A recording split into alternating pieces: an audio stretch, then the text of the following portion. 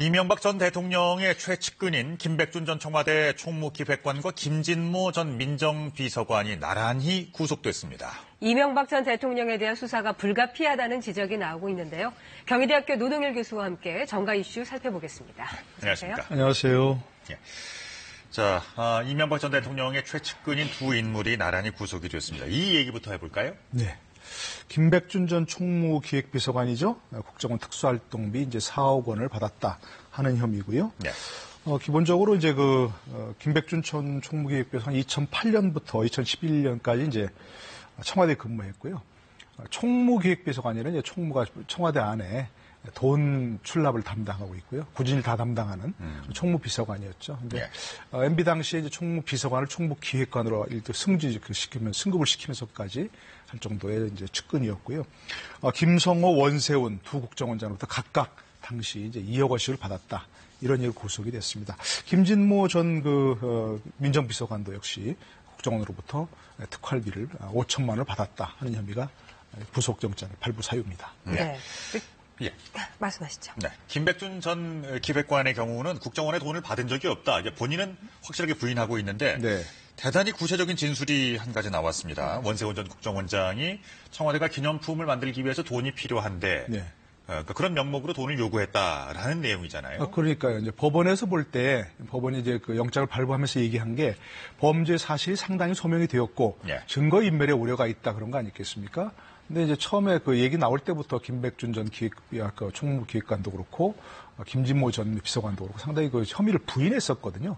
그런데 지금 말씀하신 대로 원세훈 전 원장 같은 경우가 단순히 국정원 특활비를 청와대에 상납한 게 아니고 청와대에서 먼저 김백준 전 기획 같은 경우 기념품 제작 비용 등 용도를 지정해서 이렇게 얘기를 했다는 겁니다. 네. 그렇기 때문에 법원에 봤을 때는 이런 그 범죄 혐의가 상당히 소명됐다 이렇게 볼 수 있는 거겠죠. 네. 그러니까 두 인물이 한 사람은 그림자, 한 사람은 집사라고 불릴 만큼 최측근인데요. 이렇게 그 MB의 최측근들이 줄줄이 이제 구속된다는 것은 그 이명박 전 대통령에 대한 직접 수사, 조사, 그러니까 이런 그 시점이 얼마 남지 않았다는 신호로 읽혀지기도 하는데요. 네, 그렇습니다. 바로 이제 그런 신호로 봐야 되겠죠. 기본적으로 이제 특히 김백준 전 기획관 같은 경우는 고려대 선배긴 하지만 네. 한 40여 년간 이명박 전 대통령의 어떤 사적인 일을 돌봐왔다는 거예요. 네. 그래서 이명박 전 대통령의 재산에 대해서 아마 본인보다 더 잘할 것이다 하는 정도 얘기가 나올 정도거든요. 그렇기 때문에 돈 관계 철저히 알고 있는 그런 확실한 속속들이 알고 있는 그런 분이기 때문에 기본적으로 본인이 쓰기 위해서 돈을 받은 게 아니고 지금 결국 그 종착지가 이명박 전 대통령 아니겠느냐 이런 것 때문에 수사는 불가피하다 지금 이런 얘기가 나오고 있는 거죠. 네. 그 김주성 전 국정원 기조실장이 이런 얘기를 했다는 보도가 나왔어요.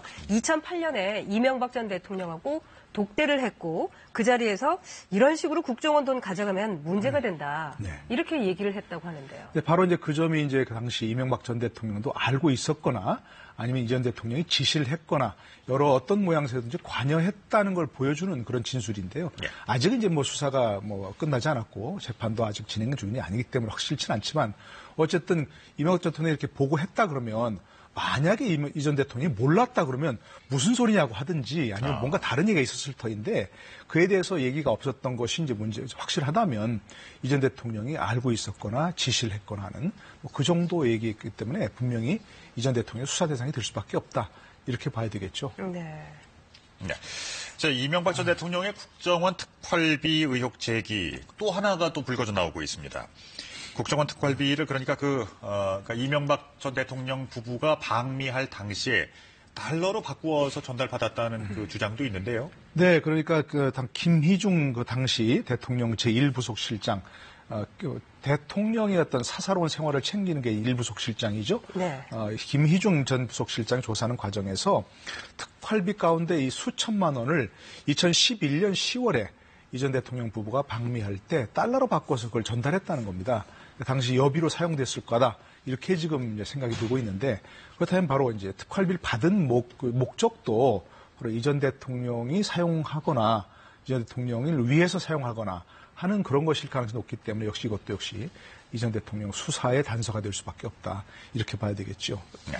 이명박 전 대통령 측에서 오늘 오전에 대응 회의를 하니 입장을 밝히겠다고 했다가 취소가 됐어요. 근데 조금 전에 소식 들어오기를 4시 반에 그 이명박 대통령이 직접 입장을 밝힌다. 이런 보도가 지금 나오고 있는데요. 어떤 얘기가 나올까요? 그 이명박 전 대통령이 지금 뭐 서울 삼성동에 사무실이 있는데 거기서 오전에 회의를 한다는 소식이 처음엔 달려왔었는데 아마 이제 언론인들이 거기 이제 기자들이 거기 진을 치고 있으니까 아마 다른 쪽에서 지금 회의를 했던 것 같아요. 그래서 아마 그 입장을 정리한 것 같고 오늘 중으로 뭐 입장을 안 내놓는가 싶었는데 결국 4시 반에 입장을 발표할 것 같습니다. 어떤 내용을 발표할지 좀 주목해 봐야 되겠지만 기본적으로는 이명박 대통령 측의 반응이 김백준 전 비서관, 그 정무기획관이 돈을 받았다. 이런 사실은 허무맹랑한 것이다라고 얘기를 하고 있고요. 사실이 아니다 얘기하고 있고 이 전체적인 프레임이 이제 정치 보복이다. 이런 것이고 하기 때문에 뭐 그런 기조로 반박이 나오지 않을까 싶습니다. 네, 발표 내용이 나오는 대로 저희 뉴스 집중이나 혹은 뭐 정신 뉴스를 통해서 또 전해드리도록 하겠습니다. 한편 또 MB정부 특임장관을 지냈던 그 측근 이재호 늘 푸른 한국당 대표가 어떤 발언을 했는데요. 이를 보면은 이제 MB 측의 대응 방식을 좀 알 수 있다고 합니다. 보시겠습니다. 이명박 대통령을 표적으로 해놓고 기획 수사를 해서 결국 이제 정치 보복으로 가는 건데 그게 댓글하다 안 되니까 다수 건들어서 또 딱 때리지 않으니까 또 국정원 건들고 이 과정이 뭐 좀 석연치 않지요. 밖에서 볼 때는 외국으로부터 돈 받지 말라는 이야기를 하는 건 제가 들었어요. 아마 대통령이 그런 데 대해서 결백이 있을 겁니다. 돈 이런 문제는. 이명박 대통령을 잡아가려고 자꾸 그런 것을 만들어내고 뭐 언론을 동원하고 검찰을 동원하고 또 검찰은 충성하고 이렇게 한다면 그러나 이 전제의 지난 정권과 전전 정권과 전전 전 정권의 싸움이 될 수도 있죠. 이명박 전 대통령이 돈에 있어서 결벽증이 있다. 그리고 자꾸 이렇게 되면 전전 정권, 그러니까 노무현 정부 그리고 전전정 정권, 이명박 정부의 싸움이 될 수도 있다. 뭐 이런 그런 이제 그동안 그런 기조를 밝혀왔었죠. 뭐 MB 정부에 대해서 이렇게 표적 수사를 하면 기본적으로 자신들이 가지고 있는 기록도 뭐 많이 있다. 노무현 정권에 대해서 이렇게 얘기를 하고 있는데 뭐 그 점은 어떨지 모르겠습니다. 뭐 기본적으로 그동안 이제 과연 처음 노무현 대통령이 이제 서거하시게 된 계기도 이명박 정부의 수사를 해서 그렇게 된 거니까 현 정부의 핵심이 있는 많은 사람들이 결국 이명박 전 대통령이 그런 수사를 해서 노무현 대통령이 결국 뭐 어떤 사설을 몰고 갔다 이런 거기 때문에 뭐 그런 차원의 얘기를 하는 것 같습니다. 만약에 계속해서 이런 식으로 수사를 해오면 자신들이 가지고 있는 무슨 뭐 그런 기록들을 내놓겠다 하는 것 같은데 뭐 그점 뭐가 있는지는 뭐 좀 다른 지켜봐야 되겠죠. 네. 그러니까 이번 주제에 대해서 그 각계에서 다양한 논평들을 내놓고 있는데요. 특히 그 민주당의 추미애 대표 이명박 전 대통령이 진실을 밝힐 때라고 이야기하고 있습니다. 자, 화면 보시겠습니다. 국정원 특수활동비 상납과 다스 비자금의 정점에 이명박 전 대통령이 있었다는 사실이 하나씩 드러나고 있습니다. 이 전 대통령에 대한 혐의가 구체적으로 확인되기 시작하면서 소위 정례 티타임에 평소보다 많은 MB 인사들이 모여들었다고 합니다. 한나라의 대통령답지 못한 뿔사나운 모양새이고 독재자의 관계기관 대책회의가 연상될 뿐입니다. 이제라도 이명박 전 대통령은 국민들 앞에 실체적 진실을 고백하고 검찰은 신속하고도 철저하게 모든 의혹을 밝혀주길 바랍니다. 한편 추미애 대표는 어제 신년 기자회견에서 이번 달에 개헌안을 만들겠다고 밝히기도 했습니다. 이어서 들어오시겠습니다. 촛불혁명의 헌법적 단결은 정치권 모두가 국민께 약속드린 개헌입니다. 약속을 지키겠다는 문재인 대통령과 대통령이 안 됐으니까 약속을 깨겠다 하는 야당 대표들, 마치 30년 전 호헌 세력과 개헌 세력 간의 대결이 재현되는 것 같습니다. 더불어민주당은 1월 안에 당의 공식적인 개헌안을 확정하겠습니다. 이것을 바탕으로 야당과의 협의도 시작하고자 합니다. 자, 정치권에서는 뭐 입장이 엇갈리는 게 당연하겠죠. 나경원 의원은 MB 수사가 지나치면 역풍을 맞을 수도 있다고 했고요. 그러니까 사필 규정, 잘못된 것을 바로잡는다는 사필 규정에 입장돼 정치 보복의 프레임, 네. 그 양 프레임이 충돌하고 있습니다. 지금까지 계속 그래왔던 거죠. 박근혜 전 대통령 수사도 그렇고 이명박 전 대통령 수사도 그렇고요. 근데 법을 위반한 실정법을 위반한 사실이 있다고 당연히 수사를 통해서 바로 잡아야 되는 것이고 그래서 법률적 책임을 져야 할 사람은 당연히 책임을 져야 되는 거죠.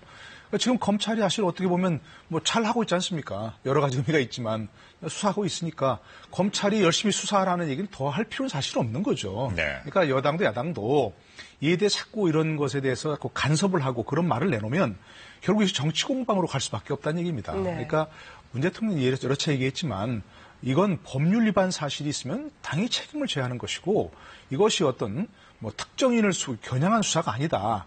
그리고 정치권에서 할 일은 이런 것들이 재발되지 않도록 어떤 시스템을 개선하고 미래를 향한 어떤 대안을 내놓는 것이 정치권이 할 일이지 자꾸 정치권 이에 대해서 자꾸 말을 보태면서 정치 공방으로 몰아가는 것은 바람직하지 않다고 생각합니다. 예. 네. 추미애 대표 어제 기자회견 내용을 보면 1월 안에 개헌안 확정하겠다. 상당히 눈에 띄는 대목이에요. 그동안 이제 야당에서 민주당을 공격하는 포인트, 개헌에 관해서 하는 포인트 중에 하나가 이제 기본적으로 민주당이 여태 당론도 정하지 않고 자꾸 6월 달에 같이 개헌할 투표를 하자 이런 거 아니냐 이렇게 얘기하고 있거든요. 근데 민주당이 조금 자유롭지 않은 측면이 있었어요. 지난 문재인 대통령 기자회견에서 봤더니 아시겠지만 문재인 대통령 본인이 선호하는 것은 4년 중임제라고 얘기했잖아요. 그런데 민주당에서는 많은 의원들은 지금까지 개헌을 해야 한다는 이유 중에 하나가 대통령제 너무 강하다. 제왕적 대통령이다. 그래서 이걸 분권형 대통령제, 이원 집정부제 이렇게 가야 한다는 생각들이 많았거든요. 네. 그런데 대통령의 생각이 그러니까 사실은 쉽게 이 당론을 정하지 못했던 거죠. 그러니까 지난번에 대통령이 본인은 4년 중임제를 선호하지만 고집하지 않겠다 얘기한 것이 바로 민주당의 이런 자유로운 입장을 좀 가질 수 있도록 자유롭게 해준 거라고 볼 수 있어요. 네. 그러니까 이제 쉽게 당론을 정해서 야당과 협상하겠다. 이렇게 좀 추 대표가 얘기할 수 있는 거죠. 예. 예. 추 대표의 이번 신년 기자회견에 대해서 논평이 수위가 상당히 높습니다. 각 야당에서 나오는 얘기들을 이제 종합해 보면요. 자유한국당에서는 실망스럽다. 그리고 국민의당에서는 오만의 극치다. 이렇게 나왔고요. 바른정당이 좀 가장 높은 수위인 것 같아요. 소시오패스급 여당 대표의 현실 인식이다. 이게 소시오패스가 반사회적 인격장애 말하는 거 아닙니까? 예.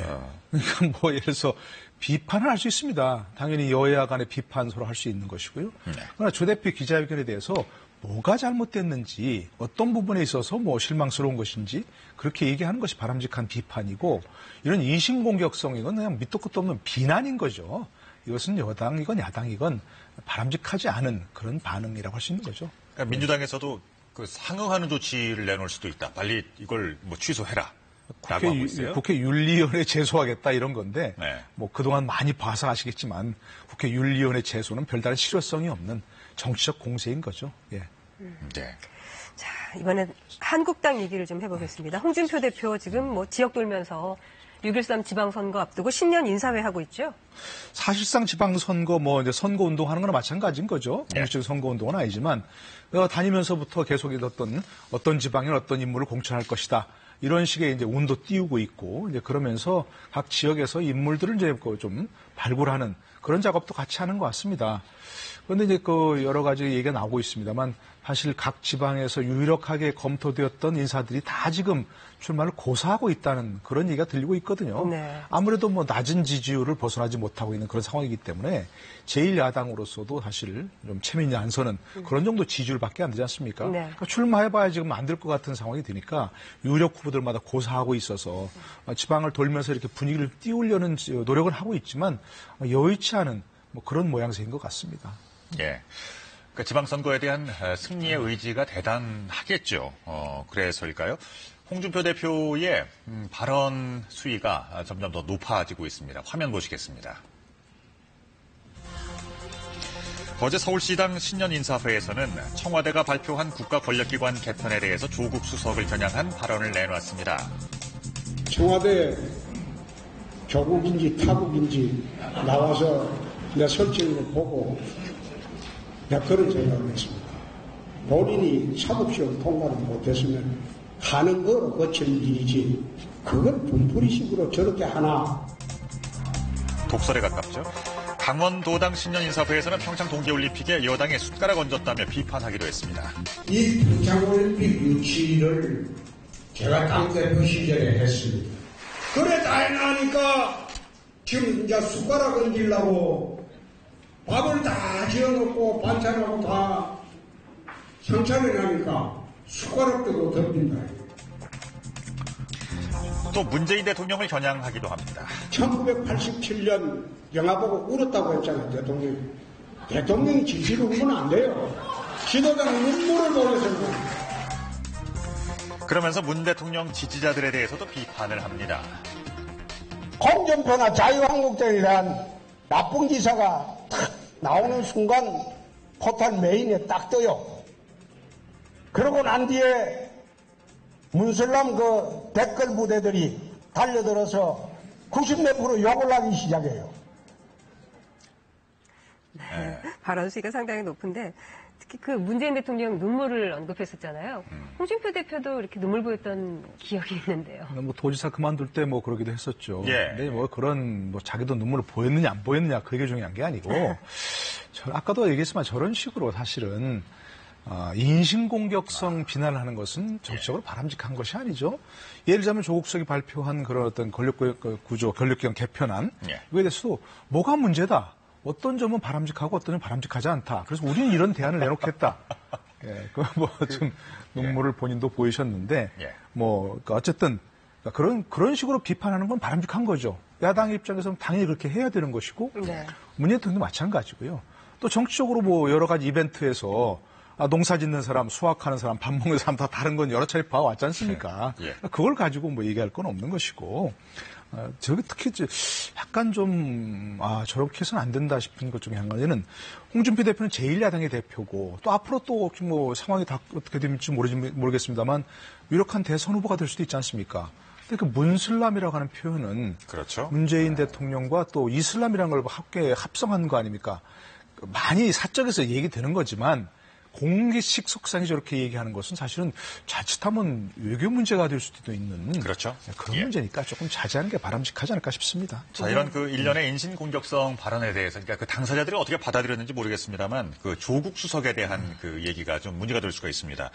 사법시험에 통과하지 못한 그 분풀이를 한다고 했는데, 그 본인이 밝힌 건요, 그 사법시험에 응시한 적이 없다고 알려져 있잖아요. 그러니까 이것도 아까 말씀드린 대로 사법시험을 통과한 거냐 못한 거냐 본 거냐 안 본 거냐 이렇게 뭐 중요한 건 아니지만 어쨌든 사실관계는 본인이 아예 처음부터 법학자 하려고 사실을 아예 안 보겠다 이렇게 했다는 겁니다. 그러니까 그게 이제 뭐 이게 사실관계고 중요한 건 아까 있으더라도 조국 수석이 지금 이 권력기관 개편안을 혼자서 추진하는 게 아니지 않습니까? 여러 부처에서 또 국회의원들도 여러 가지의 어떤 개편안을 이미 내놓고 있고요. 검찰, 경찰, 또 국정원 그리고 또 국민들도 이 권력기관 개편은 분명히 해야 된다는 의식이 있는 거니까 야당 대표로서는 우린 이렇게 하겠다. 이렇게 한 게 바람직한 거죠. 네.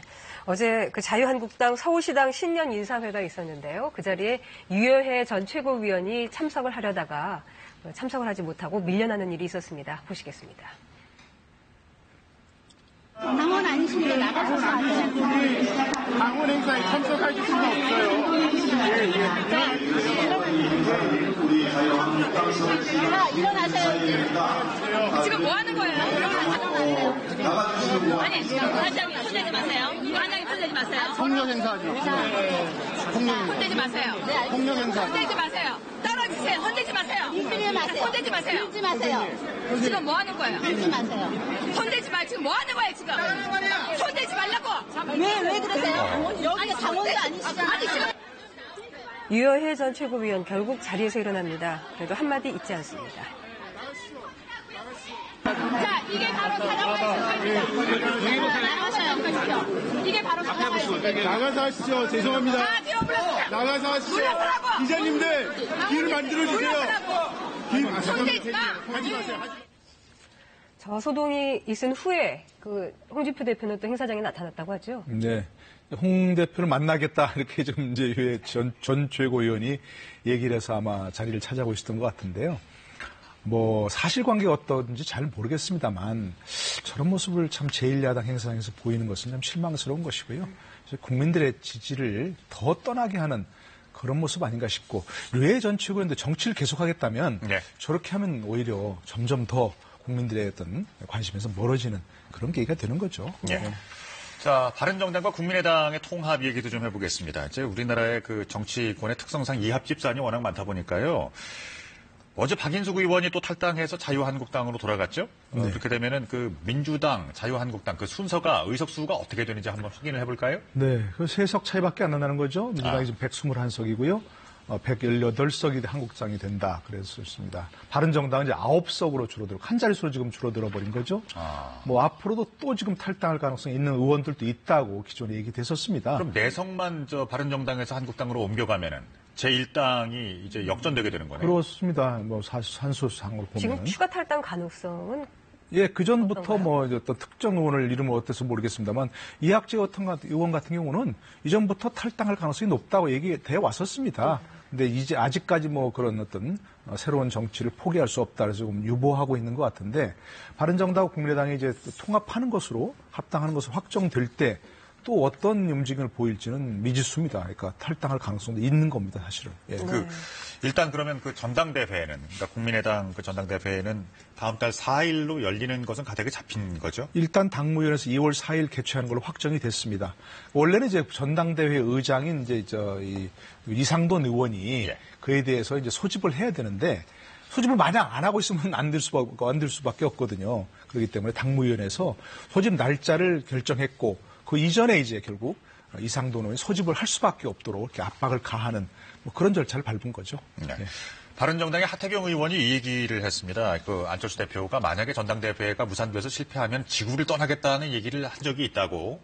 그러니까 그만큼 안철수 대표가 갖고 있는 의지도 굳고 자신도 있다는 얘기잖아요. 네, 현재로서는 안철수 전 대표로서는 뭐 통합이 안 되는 상황은 상정하지 않는 것 같아요.